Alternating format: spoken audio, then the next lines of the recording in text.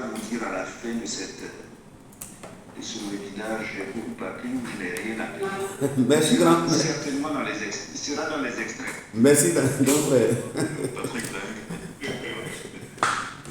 Patrick Beng, administrateur indépendant au niveau de la CIB, je suis à côté du président. Ok.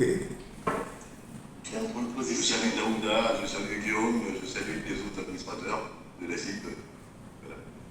Et puis Bakary que je connais. Merci beaucoup. Oui, monsieur Dossou, vous avez la parole. Je crois que tout le monde s'est présenté. Ok. Nous allons démarrer alors notre webinaire. Ouais. Bonjour mesdames et messieurs. Je voudrais vous souhaiter la bienvenue à ce séminaire, ce webinaire plutôt sur l'évaluation du conseil d'administration. Comme le disait le philosophe allemand Friedrich Nietzsche, évaluer, c'est créer. La l'évaluation qui fait des trésors et des hommes évalués. Et pour aborder ce sujet ce matin, nous aurons affaire à un expert hors classe, hors pair, docteur en droit des affaires et de droit économique, avocat à la Cour, consultant international, membre de ISO 7309, expert en gouvernance, RSE et éthique. Alors, nous aurons 1 heure de webinaire. Dans un premier temps, nous allons donner à notre expert 30 minutes, 30 minutes pour faire la présentation, 1h30 plus tôt. Donc 30 minutes pour faire la présentation. Après, nous allons prendre les questions, d'abord une série. Nous allons rentrer dans le débat. Après, ensemble, conclure. Et nous laisserons après le conférencier conclure sa présentation. Durant le webinaire, je souhaiterais quand même que les participants essaient de mettre leur téléphone en silence. Et on laisse d'abord le présentateur faire sa présentation et après on ouvrira la série des questions.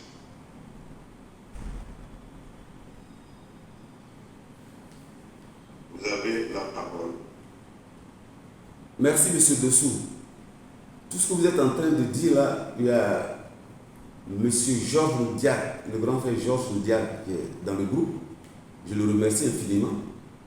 Si je suis là aujourd'hui, je pense qu'il fait partie des personnes qui m'ont encadré, qui m'ont conseillé, pour qui j'ai beaucoup d'admiration.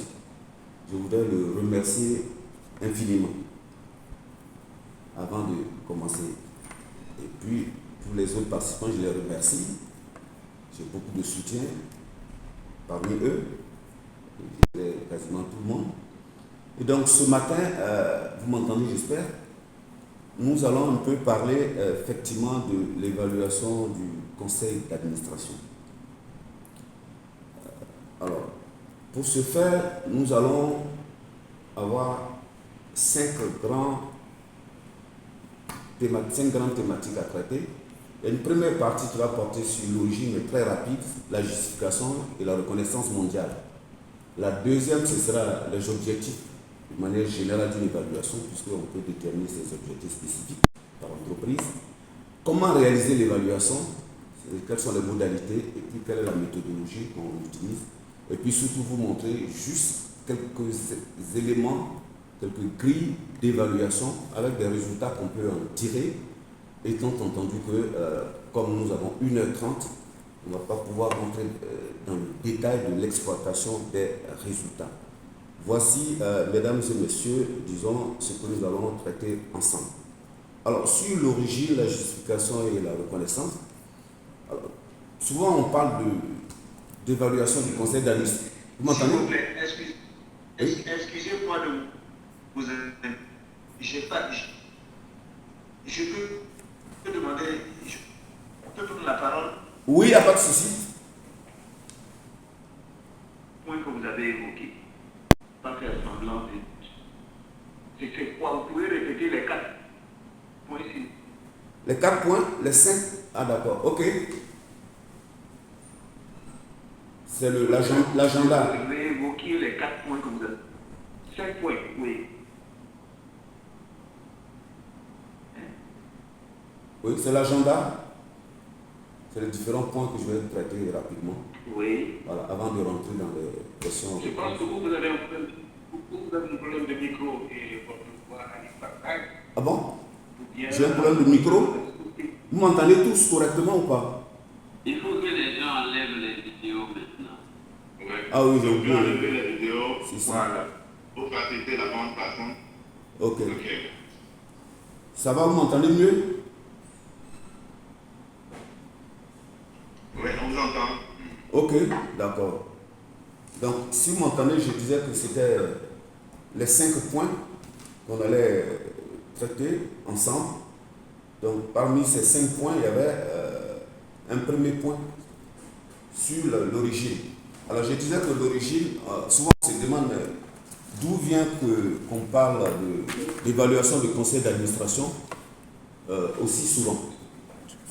Alors, l'évaluation du conseil d'administration, c'est le rapport Cadbury, qui était un rapport, pour ceux qui connaissent les questions de gouvernance, qui était un rapport important, qui a été publié en Angleterre en 1992.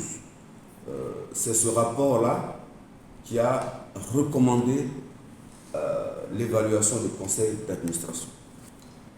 Mais on peut se demander pourquoi cette recommandation a été faite. À mon avis, il y a 4 points de justification possibles. Il y a d'abord le fait que le conseil d'administration est au cœur des pratiques de gouvernance. Il y a de nombreuses années, environ 20 ans en arrière, 25 ans en arrière, les conseils d'administration existaient de nom, mais n'existaient pas en tant qu'organe qui travaillait effectivement. Alors que là, tout le monde est d'accord que le conseil est au cœur des pratiques de gouvernance. Si la gouvernance est défectueuse, c'est la faute du conseil d'administration. Nous avons plusieurs cas, on peut même prendre en Afrique, le cas d'Air Afrique. Quand on regarde la littérature, on se rend compte que le conseil était très loin de la direction. Donc, je ne dis pas que ça explique tous les problèmes, mais ça peut expliquer une bonne partie des problèmes. Nous avons ensuite, la deuxième raison que nous voyons, c'est que l'évaluation permet de s'assurer que le conseil fonctionne de façon efficace, de façon performante. Si vous prenez le code ivoirien de gouvernance et de responsabilité sociétale des entreprises, vous allez voir que le premier principe, c'est l'efficacité et l'efficience du conseil. Donc c'est un élément important. Donc l'évaluation va permettre de savoir. Le conseil est le cœur et pour savoir s'il fait bien son travail, il faut évaluer. Mais le cœur, pourquoi?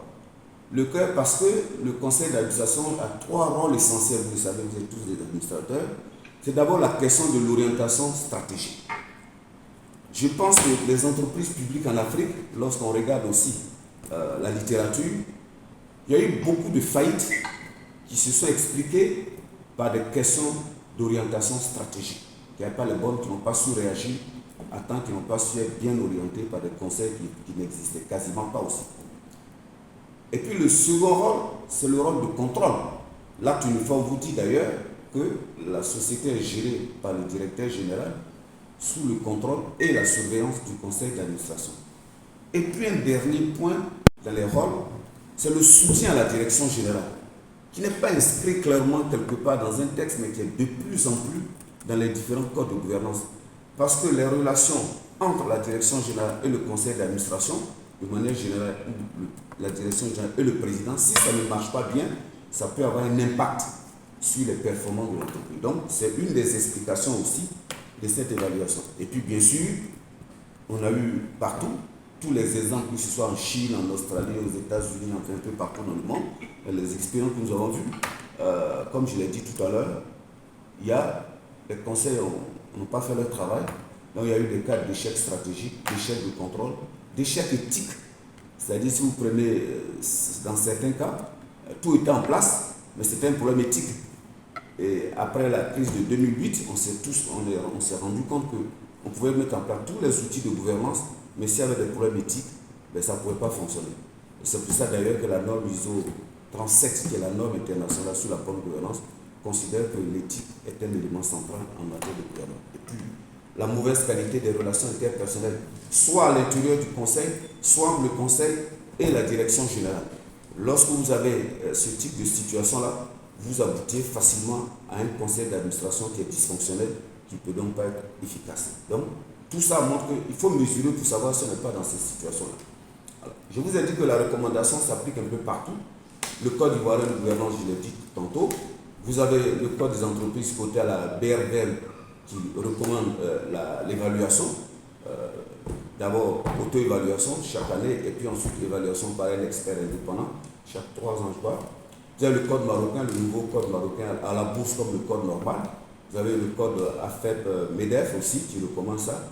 En Grande-Bretagne, c'est la même. Donc, il y a une reconnaissance internationale. Ça montre que c'est une nécessité pour les conseils d'administration de se faire évaluer. Et même dans les nouvelles générations de règlements intérieurs des conseils d'administration, ces points sont marqués dans certains règlements intérieurs.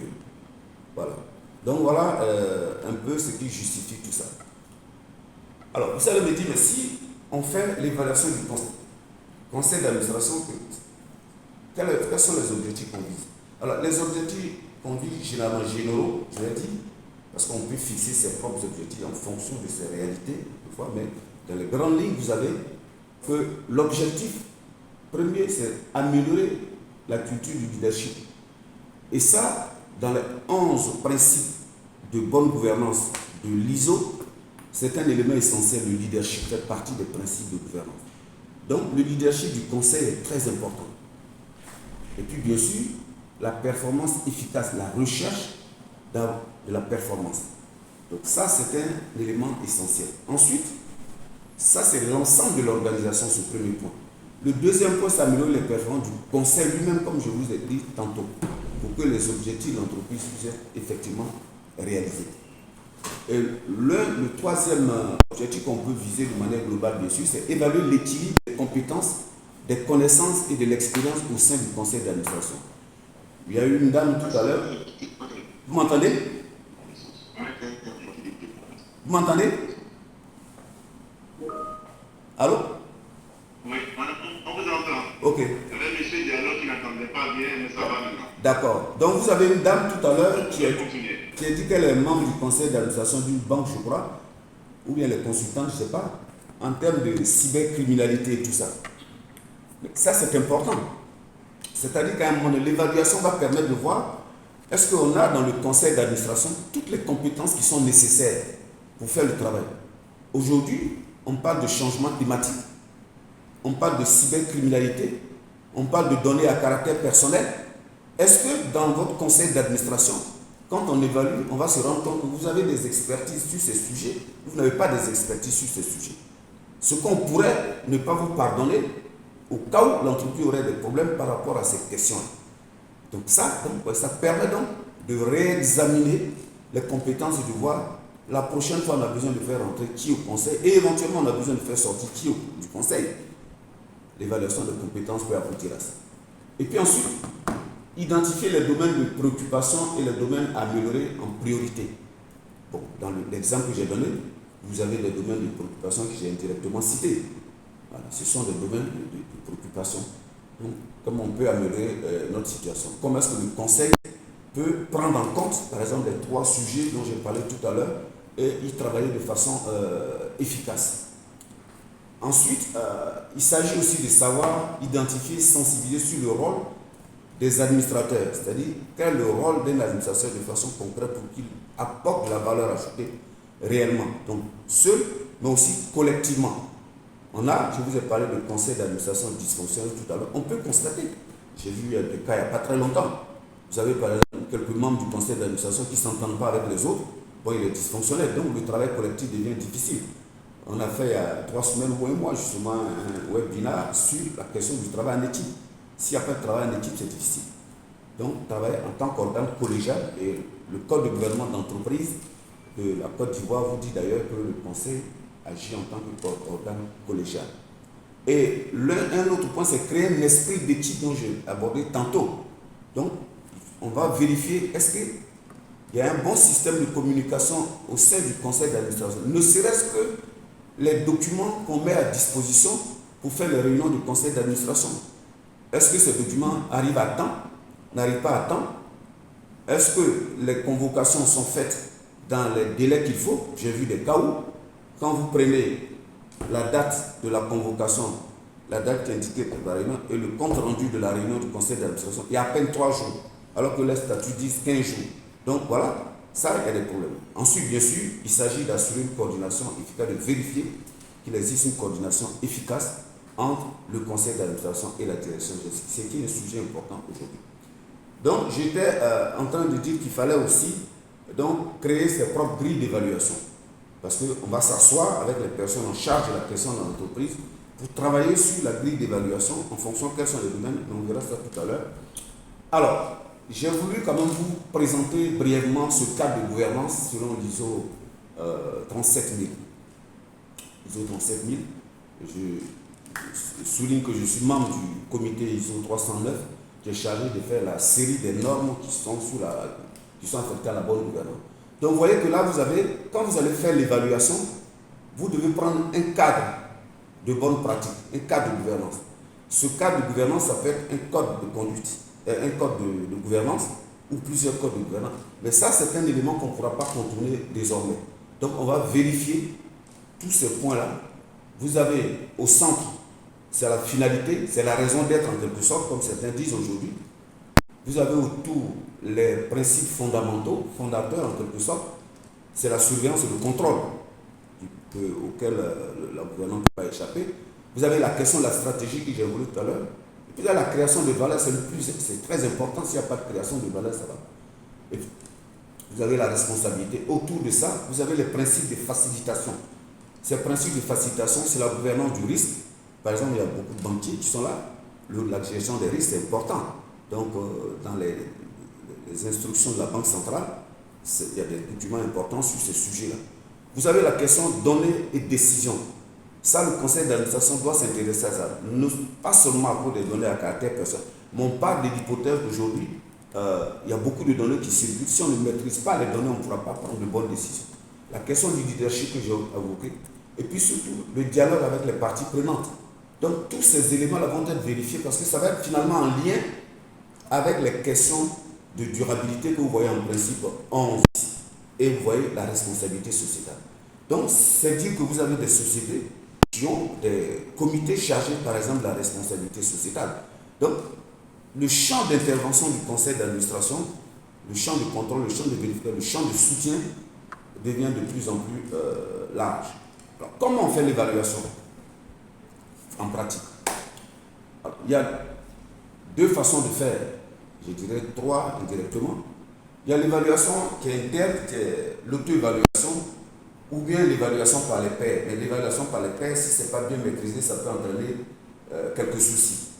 Dans les deux cas, on peut le faire avec assistance ou sans assistance.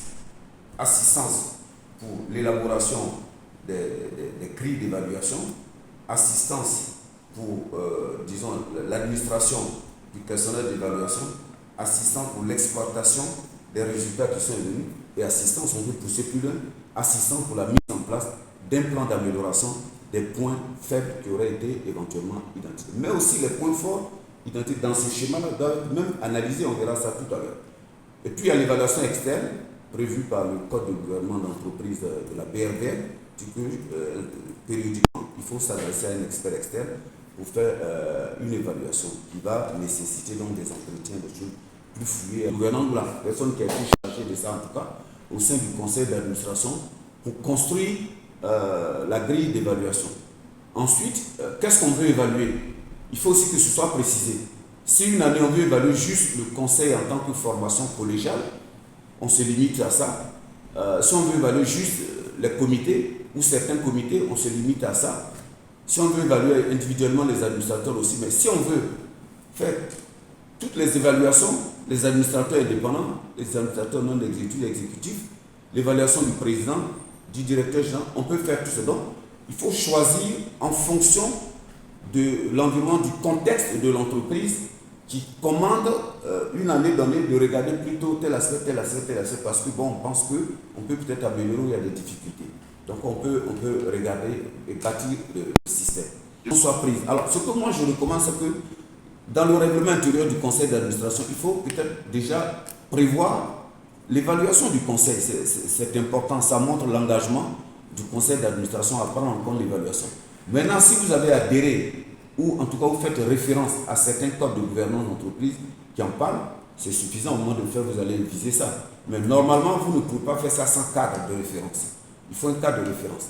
Ensuite, une fois que ça, la décision est prise, donc, il y a contact, comme je disais tantôt, avec la personne qui est responsable du processus et tout, qui va travailler s'il y a une assistance, qui va travailler la personne qui va assister et tout, pour monter les grilles sur la base de l'analyse des documents éventuellement rassemblés si on veut pousser plus loin. Donc, quand le questionnaire est prêt, généralement, ce qui va se passer, c'est qu'on va peut-être expliquer un peu aux membres du conseil d'administration. Donc, le responsable de l'opération au sein du conseil d'administration va expliquer à ses pairs s'il y a une assistance externe, l'assistance externe avec sa contribution.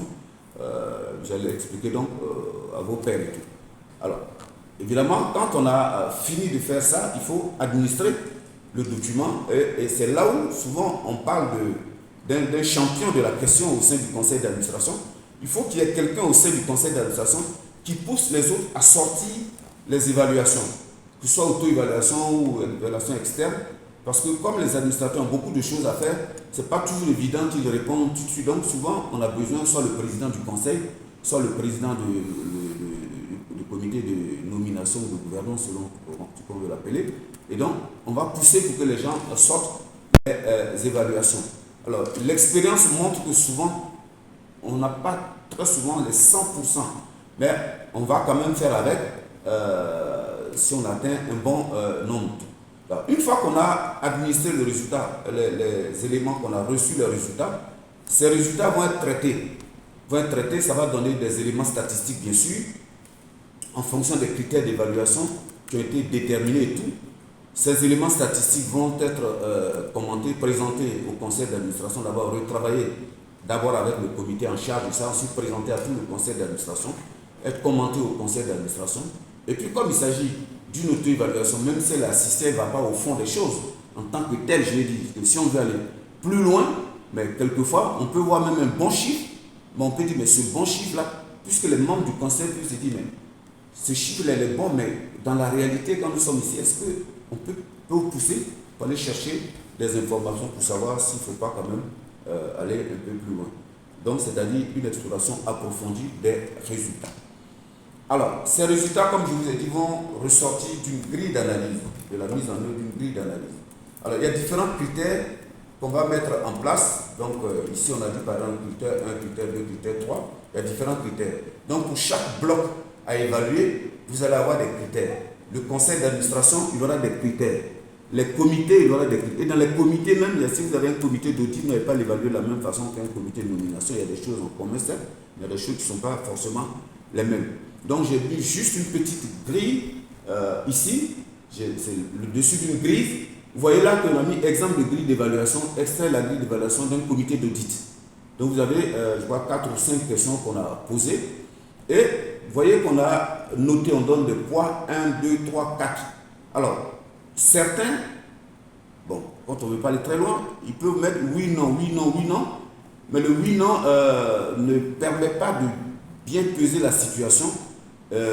Nous avons eu un cas où quelqu'un nous a demandé, mais on a mis oui, non, quelqu'un a mis non sur un sujet, on voudrait savoir qui avait mis non. J'ai dit bon, justement, soit les gens font confiance dans une auto-évaluation, ils disent bon, on va le faire ouvertement, mais en général, pour ne pas gêner les gens, on va faire de façon anonyme. Et nous, la manière dont nous faisons par exemple, vous nous envoyez en ligne, et nous traitons en ligne, et nous ramenons. On ne va pas dire qui a dit quoi exactement, c'est le résultat. Donc ici, vous avez par exemple, les membres du comité ont les compétences et les expériences nécessaires pour s'acquitter des responsabilités confiées au comité. Si vous avez par exemple un comité d'audit qui est en même temps chargé des risques, ce n'est pas le cas dans le secteur bancaire bien sûr, mais là, les risques ESG par exemple, il faut que vous ayez quelqu'un qui soit capable d'en parler au conseil. Donc, c'est-à-dire les risques liés au changement climatique. Quand vous êtes une banque aujourd'hui, que vous analysez des dossiers de crédit, vous êtes obligé d'intégrer la question des risques climatiques. Vous ne pouvez pas ne pas prendre ça en compte. Sinon, si demain il y a un souci, si vous n'avez pas attiré l'attention de la direction générale là-dessus, on peut mettre en cause votre responsabilité. Vous voyez par exemple Boeing sur la 767 ou 727 MAX, je ne sais plus quel est le numéro précisément, mais le conseil d'administration de Boeing a été mis en cause pour n'avoir pas pris en compte la question de la sécurité des avions. Donc, qui pouvait imaginer ça? Qu'un conseil d'administration d'une société qui fabrique des avions ne prenne pas en compte la question de la sécurité. Ils se sont fait avoir. Donc pour dire que maintenant le conseil doit faire attention pour qu'il ne se passe pas avoir.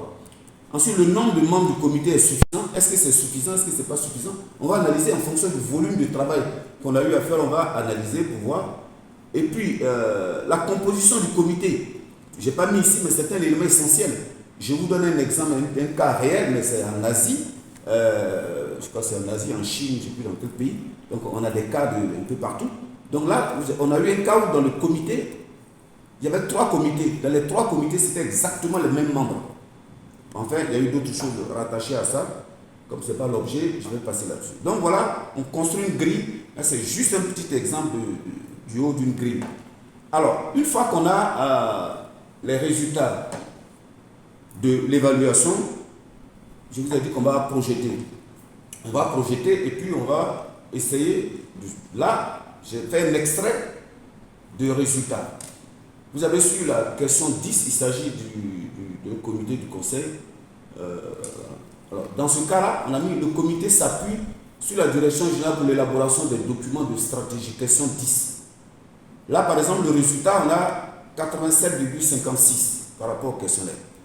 L'interprétation de ce résultat indique la forte implication du comité dans l'élaboration des documents de stratégie, ce qui facilite les travaux du conseil en plénière. Si on veut pousser loin, on va aller regarder les procès, les comptes rendus pour les ordres du jour portant sur les questions de stratégie.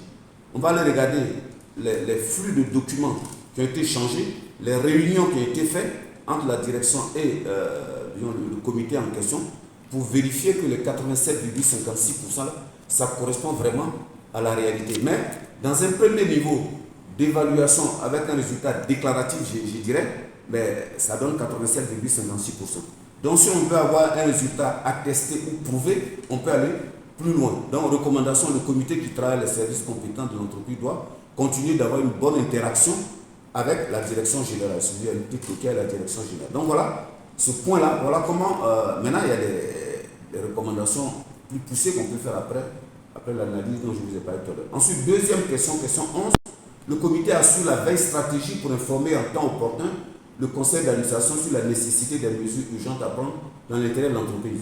On connaît certaines entreprises, y compris en Côte d'Ivoire, qui ont par exemple raté le virage technologique.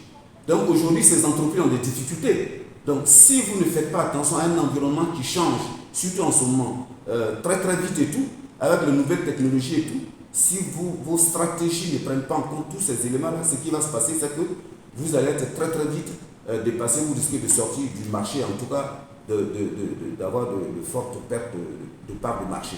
Donc, là, ils le font 77-78. On dit que le comité s'intéresse à la durabilité de l'entreprise, parce que ça, c'est la durabilité de l'entreprise. L'attention des administrateurs doit toujours être attirée sur la veille stratégique, c'est très important. Ensuite, vous le savez donc, une autre présentation des résultats d'un comité du conseil, premier niveau d'interprétation bien sûr, vous avez sur la gauche les différents pourcentages qui ont été obtenus sur les différentes questions qui ont été posées bien sûr, et vous avez une moyenne, le taux de 80,56% de réponses positives sur les questions posées indique que ce comité du conseil fonctionne correctement. A priori donc, puis c'est une auto-évaluation, on prend juste les réponses aux questions, on ne fait pas d'analyse du document. Donc, a priori donc, ça fonctionne correctement. Et puis bien sûr, toujours en termes d'exploitation des résultats d'évaluation, vous avez là, bon, excusez-moi, c'est un peu en anglais parce que ça c'est l'évaluation qui a été faite au Ghana. On n'a pas eu le temps de tout mettre en chose. Donc l'évaluation du conseil là donne un score, ça c'est le conseil en tant qu'organe collégial. 83,11% avec ce score, le niveau de maturité du fonctionnement du conseil d'administration dans le respect des bonnes pratiques est bon. les 10 critères utilisés méritent cependant des commentaires particuliers. Dans l'ensemble, tous les critères dépassent les 70%, c'est-à-dire le niveau est satisfaisant. Mais même dans ce cas précis, c'est un cas réel que j'ai eu à faire. Après, quand on a analysé les résultats derrière, on avait vu par exemple qu'il y avait la compétence d'un membre du conseil d'administration qui ne correspondait plus, enfin, qui était dépassé d'une certaine façon. Donc il a fallu prendre des mesures dans ce sens-là. Donc grosso modo, on va arriver à des résultats comme je vous ai dit tout à l'heure, mais il faut savoir interpréter les résultats. Parce que pour avoir un score qui est élevé, mais ça ne traduit pas nécessairement un point d'efficacité par rapport à la question posée si on ne fouille pas derrière par la suite. C'est pour ça que les codes de gouvernance d'entreprise souvent proposent qu'il y ait périodiquement, pas chaque année, mais périodiquement, des évaluations externes pour aller plus loin que les auto-évaluations. Et puis, on peut avoir la situation, les gens se sont concentrés sur les points forts plutôt que sur les opportunités d'amélioration. C'est-à-dire qu'ils peuvent se dire, il y a telle chose, il faut qu'on... J'ai eu un cas il n'y a pas longtemps où des administrateurs ont senti qu'il y avait quelque chose qui n'allait pas dans leur conseil d'administration. Ils m'ont consulté, qu'est-ce qu'on fait? Je leur ai indiqué la voie à suivre. Ils sont allés, les 2-3 réunions avec le président, réunion avec l'ensemble du conseil, ils en sont sortis, chacun a dit, vraiment tout est réglé, maintenant le conseil, on va commencer à fonctionner correctement. Là, ce n'était pas une évaluation, mais ils ont senti eux-mêmes, donc, si ce conseil avait voulu faire une évaluation, ils auraient pu mettre ce point-là à l'ordre du jour de l'évaluation. Ensuite, il faut prendre les moyens, les fourchettes également. On a un cas d'évaluation qu'on a eu à un moment donné, donc quelqu'un avait mis 1, alors que d'autres 1 sur 4, donc d'autres 1 avaient mis 4, et les 7, 7 ou 8 personnes avaient mis 3, donc vous voyez, c'est un peu, donc celui qui a mis 1, à un moment donné, il faut savoir pourquoi c'est 1. Ce 1, ça représente quoi? Est-ce que c'est un nouvel administrateur qui, par rapport à la question, il n'a pas beaucoup de recul pour répondre? À ce moment-là, peut-être que dans le questionnaire, il faut faire un mécanisme où il ne puisse pas répondre quand il n'a pas assez de recul. Mais sinon, ça permet, mais il faut analyser pour savoir. Et puis, bien sûr, il peut avoir une valeur qui est complètement aberrante, c'est le cas d'ailleurs. Est-ce que c'est un administrateur dissident? Celui qui a dit non, dans le cas que je vous ai cité, la question qui m'a été posée, les gens estimaient que c'était un administrateur dissident. Il fallait le rechercher pour traiter sa situation. Donc voilà. Et de là, on peut passer à l'évaluation du conseil d'administration à ce qu'on appelle un outil de gouvernance, toujours en se basant sur un cadre de référence. Ça, c'est juste un extrait basé sur le code de gouvernance de la BRVM, par exemple. Donc là, c'est un point précis, ce code de gouvernance, en ce qui concerne le principe sur l'exercice des droits des actionnaires. Il y a une pratique qui est recommandée par rapport à ce principe qui est le conseil d'administration et la préparation et la convocation de l'Assemblée générale des actionnaires. Et il y avait un point de vérification, ça c'est nous qui avons créé le point de vérification. Le conseil d'administration consacre tout ou partie d'une réunion à la préparation. Non, plutôt, le point de vérification c'était dans la norme, effectivement. Donc on a vérifié ce point-là. Donc là, on décrit est-ce que c'est conforme, est-ce que c'est pas conforme. Là, on arrive à des choses plus détaillées, mais ça, c'est vraiment un outil basé sur un référentiel. Ça peut être, par exemple, sur les différentes instructions de la Banque centrale, par exemple, c'est un exemple que je donne. Donc, on va vérifier avec des points de contrôle, vérifier quels sont les points de conformité, quels sont les points de non-conformité et comment on construit un plan d'amélioration pour faire face à ces points de non-conformité. Donc, disons qu'il y a l'évaluation du conseil d'administration, mais on va de plus en plus basculer vers l'évaluation du gouvernement d'entreprise. Pourquoi? La raison est simple. La raison est simple parce que vous entendez de plus en plus parler de ESG. Bon, c'est la RSE, mais pris dans un autre sens, si vous voulez. ESG, donc, environnement, social, gouvernance. Et dans la norme ISO 26000, qui est la norme internationale sur la responsabilité sociétale des organisations, il est clairement indiqué que la gouvernance est la base de tout. Là où il n'y a pas la gouvernance, la responsabilité sociétale est impossible. C'est-à-dire que si vous n'avez pas une bonne qualité de gouvernance, vous ne pourrez pas faire correctement le social, vous ne pourrez pas contribuer correctement à la protection de l'environnement. D'où on va basculer, et puis de toute manière, tous les critères, toutes les exigences ESG prennent en compte la gouvernance. Donc, finalement, on va basculer dans... Donc, voilà, mesdames et messieurs, avec toutes mes excuses pour les questions techniques que nous avons eues, je pense que je n'ai pas dépassé, monsieur... ah oui, je n'ai pas dépassé les 30 minutes, non? Ok. Merci, docteur. Donc je vous remercie infiniment de m'avoir écouté. Surtout, excusez-moi pour les quelques difficultés techniques que nous avons eues. Donc j'ai changé au dernier moment ma machine, mais je n'aurais pas dû certainement. Voilà. Merci beaucoup. Merci pour votre Merci, docteur. Merci. Merci, docteur. Vous avez respecté le timing. Faire 35 minutes, mais si on enlève le temps de changement d'ordinateur, tout ça, vous avez fait les 30 minutes. Merci beaucoup. Alors, il ressort clairement de la présentation du docteur Traoré et que le CIA est au cœur de la gouvernance et que l'évaluation permet d'améliorer les performances du conseil d'administration. Nous notons également à travers sa présentation qu'il y a plusieurs sortes d'évaluations. Il y a l'évaluation interne et l'évaluation externe. L'évaluation interne, communément appelée l'auto-évaluation, on peut réaliser avec ou sans consultant externe. Il a également souligné qu'avant d'aller à l'évaluation du conseil d'administration, il faudrait définir un cadre de référence. Et pour faire l'évaluation du conseil d'administration, il faut avoir une grille d'évaluation, un questionnaire, l'administrer, et collecter les informations dépouillées et avoir un résultat et interpréter le résultat. Le conseil d'administration, pour déduire les forces et faiblesses du conseil d'administration et en servir pour l'amélioration de celui-ci. Mesdames et messieurs les participants, si vous permettez, nous allons commencer par prendre les questions.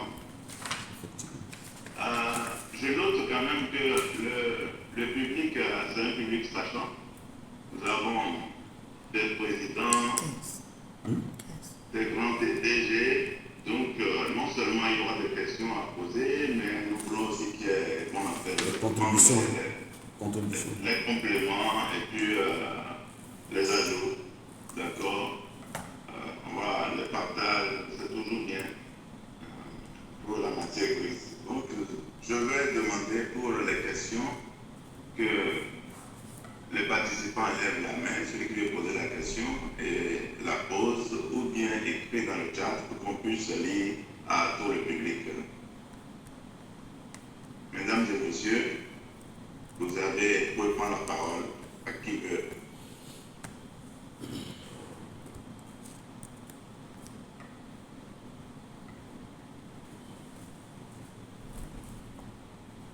La question. Moi, je voudrais poser une question au docteur Traoré. Oui, j'ai vu M. Ben qui a levé la main. D'accord. Je vais laisser M. Ben poser sa question et après, je vais poser la mienne. M. Ben. Non. C'est le président qui peut poser des questions. Je suis avec le président. Ah, d'accord, ok, d'accord. Excusez-moi. Ma question est d'une simplicité proverbiale, mais peut avoir du sens pour une structure importante comme un conseil d'administration. Je voudrais savoir quelle serait la périodicité idéale pour cette évaluation qui peut être interne ou externe. Ou bien on n'a pas à avoir de périodicité, les choses se passent à random. Donc je voudrais savoir s'il y a une périodicité idéale. Voilà, c'est ça ma question. Ok, j'ai noté la question. Ah, je réponds immédiatement. Ok. D'accord. D'accord. Oh, j'ai noté la question. Une autre personne, Monsieur So. Madame So. Madame So. Oui, moi je voudrais savoir dans la méthodologie, au-delà du questionnaire que nous soumettons. Donc si j'ai bien compris l'explication, et chaque question doit être cotée par un point ou bien c'est la compilation qui va donner le pourcentage des réponses. C'est ma préoccupation. C'est-à-dire si dans le questionnaire, dans la grille, il faut que chaque question corresponde à un point. Ok, j'ai noté votre question. Bien noté. D'accord. Une troisième question, avant de donner la parole au docteur Traoré.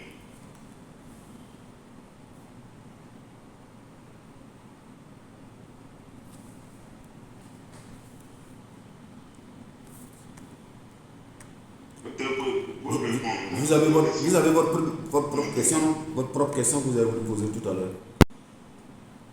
D'accord. Alors, moi, ma question, c'est par rapport à l'évaluation des administrateurs individuellement. Est-ce que vous ne pensez pas que dans la pratique, ça peut poser des problèmes? Ok. Ok. Merci beaucoup.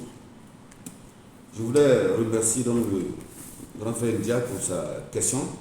Alors, la périodicité, souvent donc les codes de gouvernance précisent.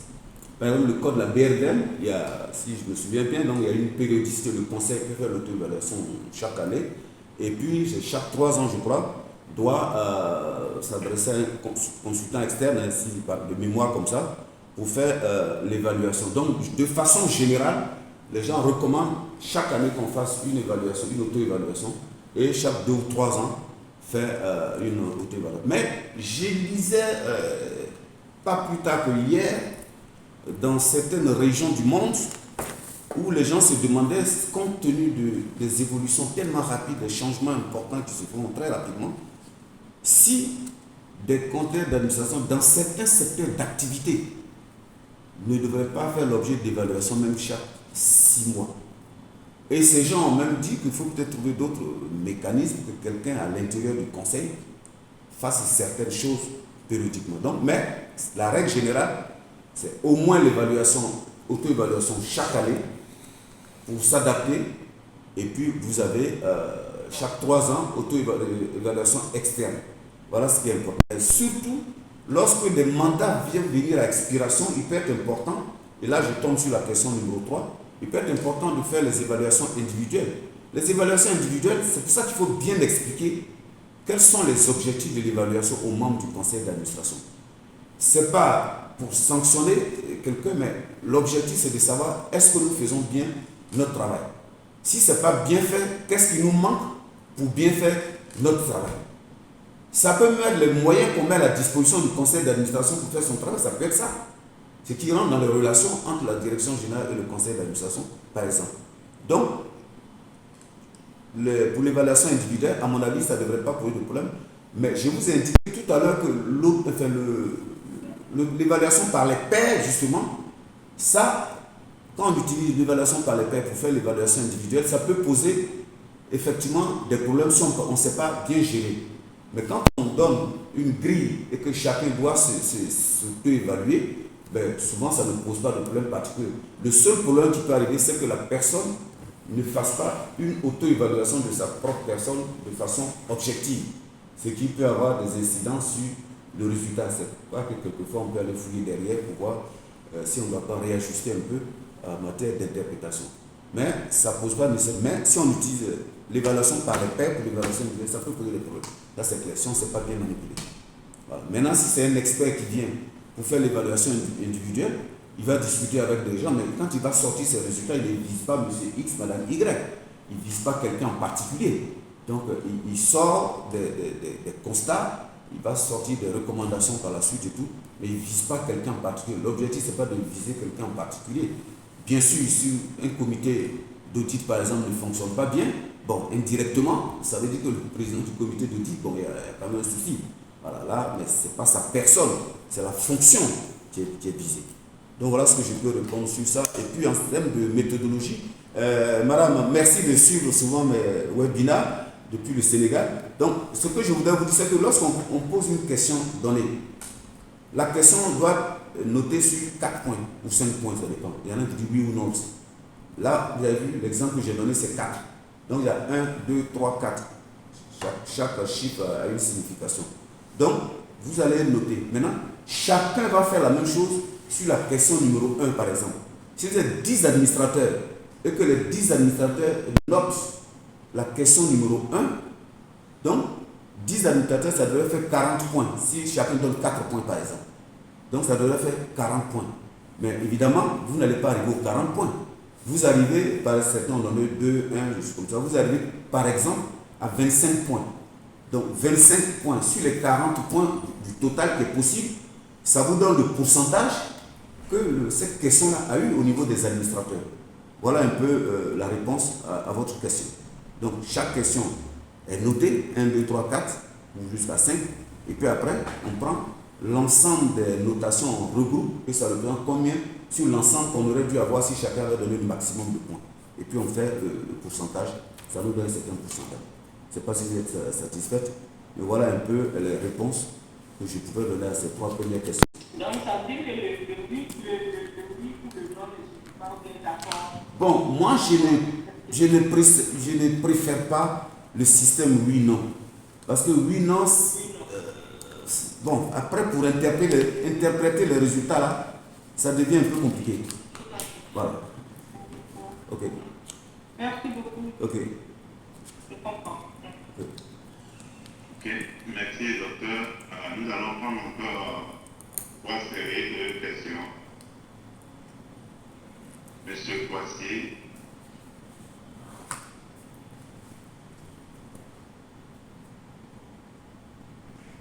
Oui. Vous pouvez poser votre question. C'est quoi si, allez-y. Allô? Oui. Excusez-moi pour votre texte terminé. Je remercie en fait docteur Traoré pour ce webinaire.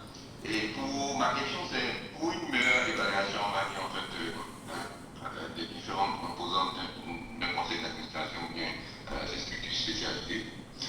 Quelle est la structuration, en fait, questionnaire qu'on devrait avoir? Comment est-ce que le questionnaire doit être structuré? Ok.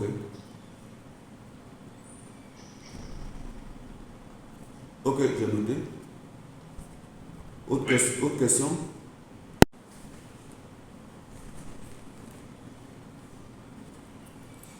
Autre question? Une autre question. Ou contribution?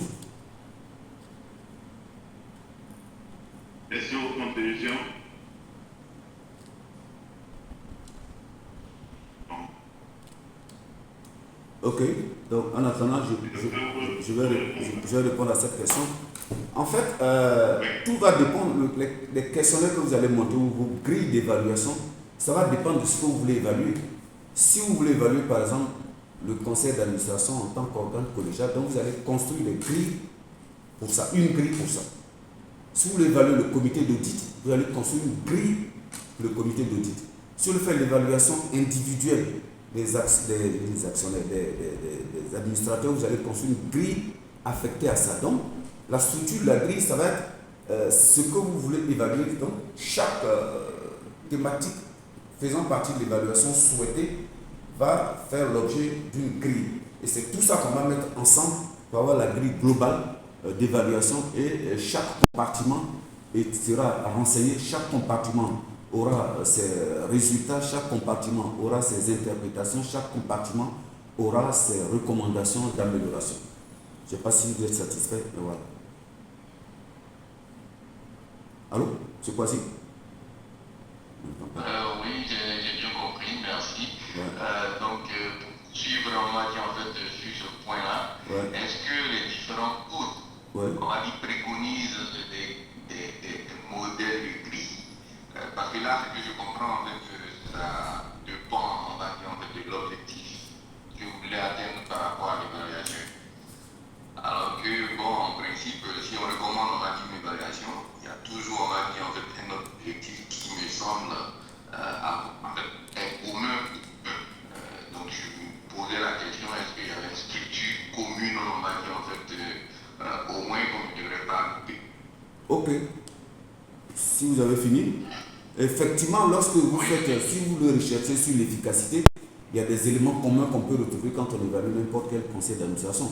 Vous avez des grilles qui circulent, mais le conseil qui est donné en général par tous les experts le disent, vous avez des modèles de grilles qui circulent, mais il faut s'asseoir pour adapter ces grilles à votre situation, pour obtenir des résultats d'évaluation qui correspondent à votre situation. Il y a des modèles de grilles qui circulent. J'en ai mis d'ailleurs dans mon dernier livre que j'ai publié. Je voudrais remercier M. Koulibaly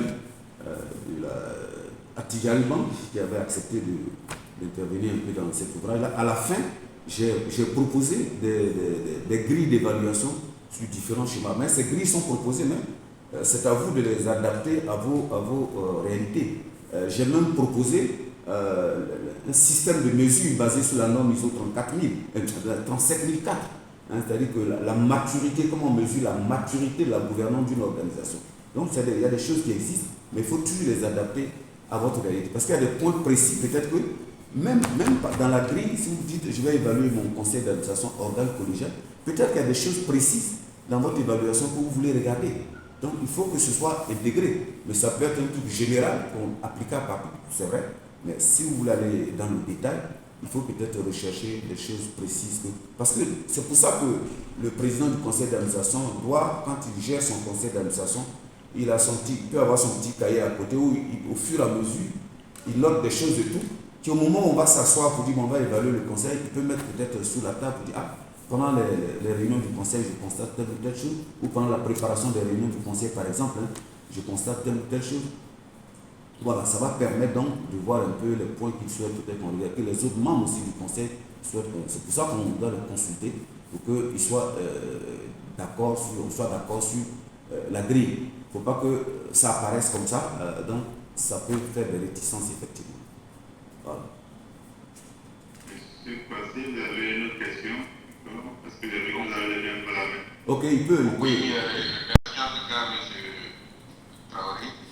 Donc, dans ce contexte-là, est-ce que ça pourrait dire en fait que la grille doit évoluer périodiquement? Et pour vous, si oui, quelle serait en fait la périodicité en fait de l'évolution d'une grille d'évaluation? Bon, la réponse est à mon avis un peu simple, puisque si j'ai fait une évaluation l'année dernière et que je veux faire une évaluation cette année, bon, je vais regarder ma grille en fonction des nouveaux domaines que je veux évaluer ou des points spécifiques que je veux voir par rapport à tel domaine. Je vais faire évoluer ma grille en conséquence. Donc, à l'occasion de chaque nouvelle évaluation, on va faire évoluer la grille. Voilà, c'est ce qui est souhaitable.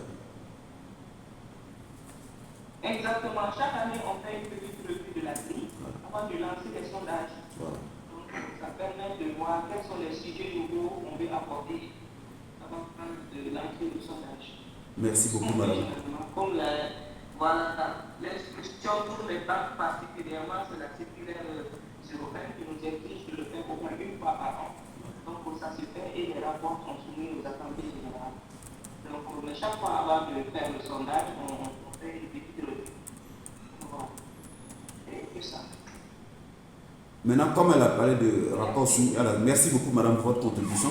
Alors, l'une des questions que les gens se posent depuis, c'est pas dans le monde entier, se pose de savoir est-ce qu'un rapport d'évaluation du conseil d'administration, est-ce qu'on doit le divulguer ou pas? Bon, puisque le principe de gouvernance parle de transparence. Quand dans les ESG, on parle de transparence, la bonne information des parties prenantes, ainsi de suite. Donc, la question se pose de savoir est-ce qu'on doit publier ce rapport? Moi, j'ai vu des sociétés qui ont publié, dans le cas des banques par exemple, mais donc on voit bien que c'est une synthèse du rapport qui a été publié, que ce n'est pas le détail du rapport. Voilà, donc ça c'est quelque chose, c'est pas. Voilà. Non. Non, ce que je dis moi. D'accord. Donc ce que j'étais en train de dire moi, c'est que la question se pose de savoir est-ce qu'on ne doit pas divulguer, mettre par exemple sur son site internet pour tout le monde. Voilà, ça fait partie de la communication à l'égard des actionnaires, ça c'est vrai. Mais l'autre. Voilà. Ok. Autre question? D'autres questions ou contributions? Oui, s'il vous plaît. Oui, je note. J'ai entendu dire par un intervenant, c'est un gars. Oui, si. Qu'il fallait de l'authenticité, de la transparence pour les tiers sur l'évaluation, l'auto-évaluation, l'évaluation externe. Mais je me demande, et vous pourriez répondre peut-être à mon doute, quel est le niveau de confidentialité que que l'évaluation d'un conseil peut avoir et quel est le risque et l'impact du risque que ça comporte que des concurrents soient au courant des faiblesses intrinsèques d'une structure bancaire.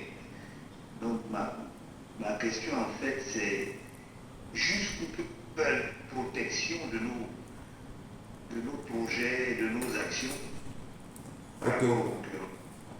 Ok. Autre question ou bien, M. Dossou, je réponds. Deuxième question, non, pas encore d'autres, mais vous pouvez répondre. Ok, donc le grand Fendia a posé un problème assez sérieux. Parce que la question de la confidentialité, parce que d'ailleurs, lorsqu'il y a des fuites au niveau d'un conseil d'administration, c'est le premier signal d'un conseil d'administration dysfonctionnel. Donc c'est important. Donc ça veut dire que ceux qui participent à l'évaluation doivent gérer les informations d'une certaine façon. Tout à l'heure, Mme Ndiaye, je crois, du Sénégal, a dit, Mme Sow, pardon, excusez-moi, a dit que donc, le rapport est communiqué aux actionnaires. Donc, un rapport communiqué aux actionnaires, quel est le niveau de diffusion qu'un actionnaire peut avoir par rapport à ce type de rapport? Le problème que j'ai posé tout à l'heure, c'est en discussion au niveau mondial, j'allais dire un peu partout, en discussion quant à savoir est-ce qu'on doit publier le rapport d'évaluation ou on ne doit pas publier. C'est pas tranché jusqu'à présent. Mais parce que, pourquoi? Même lorsque vous avez ce qu'on appelle la norme ISO 26000, l'un des 7 principes, c'est ce qu'on appelle la transparence, le principe de la transparence. Mais la norme vous dit quand même que la transparence, c'est publier des informations justes, juste qu'il faut comme publication et tout, donc, pour ne pas mettre en danger l'organisation. Donc, la transparence ne doit pas mettre en danger l'organisation. Donc, il y a un niveau de publication.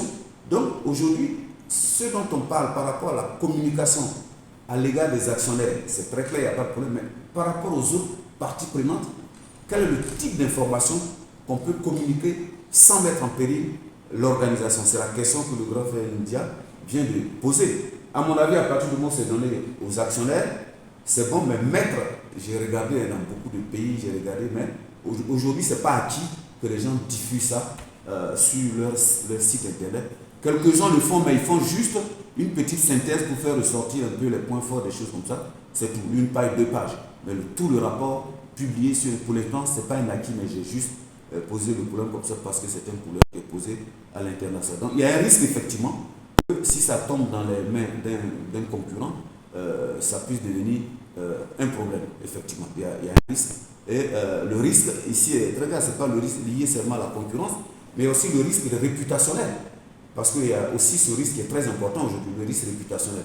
Parce que là, c'est des problèmes de gouvernance, donc c'est rattachable au ESG, donc ça va générer un risque réputationnel et qui peut avoir un autre impact. Sur par exemple une société cotée en bourse, par exemple, ben, ça peut avoir un impact sur la valeur de vos actions en bourse. Donc, effectivement, c'est bien d'avoir ressorti ce problème, d'avoir souligné ça. Voilà ce que je pourrais dire sur ce sujet. Sur les deux sujets. Ok. Madame Sow a une question. Oui, Oui. exactement, je voudrais appuyer ce qu'on vient de dire. Effectivement, même à l'endroit des actionnaires, il s'agit de mesurer. La synthèse de l'évaluation est strictement résumée. On fait part des différentes réunions tenues, mais au niveau de la synthèse, ce n'est pas des pages. Donc, c'est juste pour dire que c'est des documents très importants et qui ne doivent pas être partout. Maintenant, par rapport pour revenir au sujet, je voudrais savoir si vous avez une expérience à partager avec nous en termes d'outils de gouvernance qui permettent de sceller tout ça. Parce qu'on peut passer par des outils également pour faire des sondages, pour que la complétude des réponses et aller très très rapidement. Ok.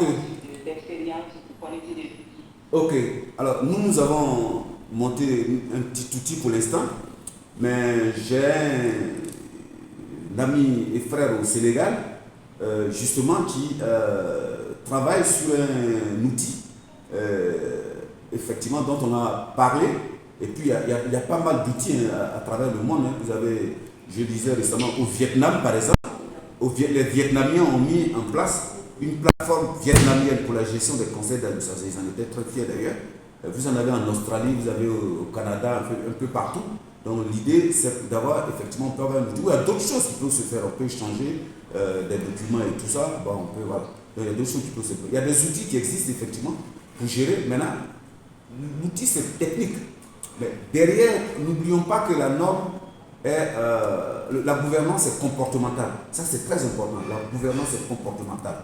Et c'est pour ça que la norme ISO 37000 dont je vous ai parlé tout à l'heure vous dit par exemple qu'il faut que le conseil d'administration s'assure que l'organisation a bien défini, c'est bien assuré qu'on a défini les valeurs de l'entreprise, qu'on a traduit ces valeurs en règles de comportement, qu'on applique ces règles de comportement à tous les niveaux de l'organisation, c'est-à-dire qu'on a intégré l'éthique dans le management quotidien, y compris pour les banques, les histoires de blanchiment, les histoires d'anticorruption, tout ça. Donc c'est important. L'outil technique c'est important pour certains aspects, mais ça ne peut pas tout couvrir parce que la gouvernance est comportementale. Si on veut vérifier certaines choses, on est obligé de les regarder différemment. Les outils sont indispensables, effectivement. Ça permet de gagner. Par exemple, nous, ce qu'on utilise quand on fait des évaluations aujourd'hui, ça nous permet de gagner du temps. Une fois que tout le monde a répondu, ça vient dans la machine dans les 30 minutes, même pas. On a sorti les résultats. Maintenant, derrière, il faut exploiter. L'exploitation demande la connaissance des bonnes pratiques, la connaissance des différents codes de gouvernance et tout ça. Et cette exploitation, pour arriver aussi à des recommandations, pour l'instant, l'intelligence artificielle va peut-être permettre de faire demain. Donc, on n'y est pas encore. On essaie de travailler un peu aussi. Voilà, on n'y est pas encore. Mais vous avez raison. Il y a des outils effectivement qui permettent d'aller vite. Et l'outil d'ailleurs que commercialise l'ami frère sénégalais, c'est un outil australien justement. C'est les Australiens d'ailleurs qui lui ont demandé de prendre contact avec nous. Ok, merci. Si vous êtes satisfait? Ok, merci. Y a-t-il d'autres questions ou contributions?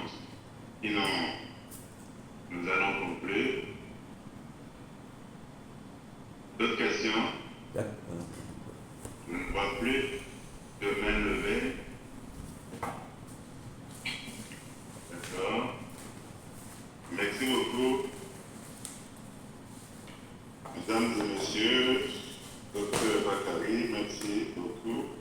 Je peux retenir en une seule phrase que pour toute organisation sérieuse ou soucieuse de la qualité de sa gouvernance, elle doit adopter une bonne pratique d'évaluation. Je peux ajouter qu'il est conseillé que cette évaluation soit faite chaque année et qu'à la fin de la mandature, chaque mandature de faire une évaluation externe. Il faudrait aussi que toutes les informations de l'évaluation soient traitées de façon confidentielle pour ne pas mettre la société ou les sociétés en difficulté. Merci. Pour conclure, je vais laisser la parole.